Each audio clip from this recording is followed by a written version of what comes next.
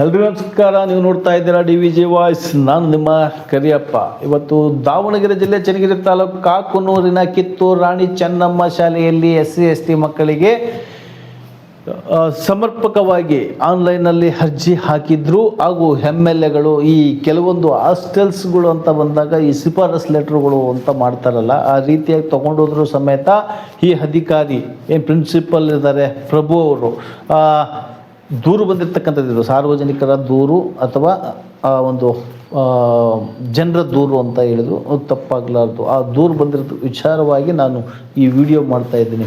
ಈ ಕಾಣಿಸ್ತಾ ಇರ್ತಕ್ಕಂಥ ವ್ಯಕ್ತಿ ಪ್ರಭು ಅಂತ, ಕಾಕುನೂರು ಕಿತ್ತೂರು ರಾಣಿ ಚೆನ್ನಮ್ಮ ವಸತಿಯುತ ಶಾಲೆಯ ಪ್ರಿನ್ಸಿಪಾಲ್.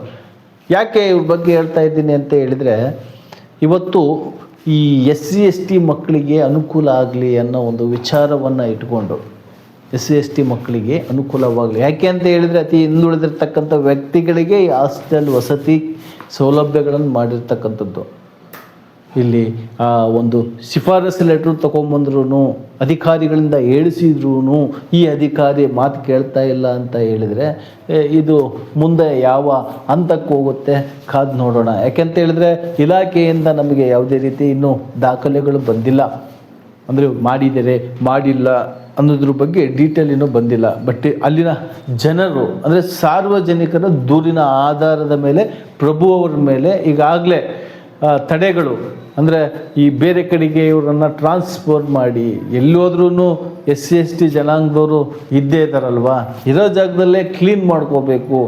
ಇವ್ರಿಗೆ ಏನಿದೆ ಅಧಿಕಾರವನ್ನು ಉಪಯೋಗಿಸ್ಕೋಬೇಕು ಅಂತ ನಾನು ಜನರಲ್ಲಿ ಅಂದರೆ ಸಾರ್ವಜನಿಕರಲ್ಲೂ ಸಹ ವಿನಂತಿ ಮಾಡ್ಕೊಳ್ತೀನಿ. ಇಲ್ಲಿ ಯಾರೋ ಹೇಳಿದ್ದನ್ನು ಕೇಳಿಕೊಂಡು ಆ ವ್ಯಕ್ತಿಯನ್ನು ದೂರೋದಕ್ಕಿಂತ ಅದೇ ವ್ಯಕ್ತಿ ಹತ್ರ ಹೋಗಿ, ಯಾಕೆ ನೀವು ನಮ್ಮ ಮಕ್ಕಳಿಗೆ ಸೀಟ್ ಕೊಡ್ತಾ ಇಲ್ಲ, ಯಾಕೆ SC/ST ಅವ್ರನ್ನ ಯಾಕೆ ದೂರ್ತಾ ಇದ್ದೀರಾ? ಏಕೆಂದರೆ ಇದು ಸಾರ್ವಜನಿಕರ ದೂರು. ನೋಡಿ, ಸಾರ್ವಜನಿಕರು ಕೊಟ್ಟಂಥ ದೂರಿಗೆ ನಾವು ಪ್ರತಿಯೊಬ್ಬರೂ ಸ್ಪಂದಿಸಬೇಕಾಗುತ್ತೆ. ಅಧಿಕಾರಿಯಾಗಿರಲಿ ಅಥವಾ MLAನೇ ಆಗಿರಲಿ, ಪ್ರತಿಯೊಬ್ಬರೂ ಸಹ ಸ್ಪಂದಿಸಬೇಕಾಗುತ್ತೆ.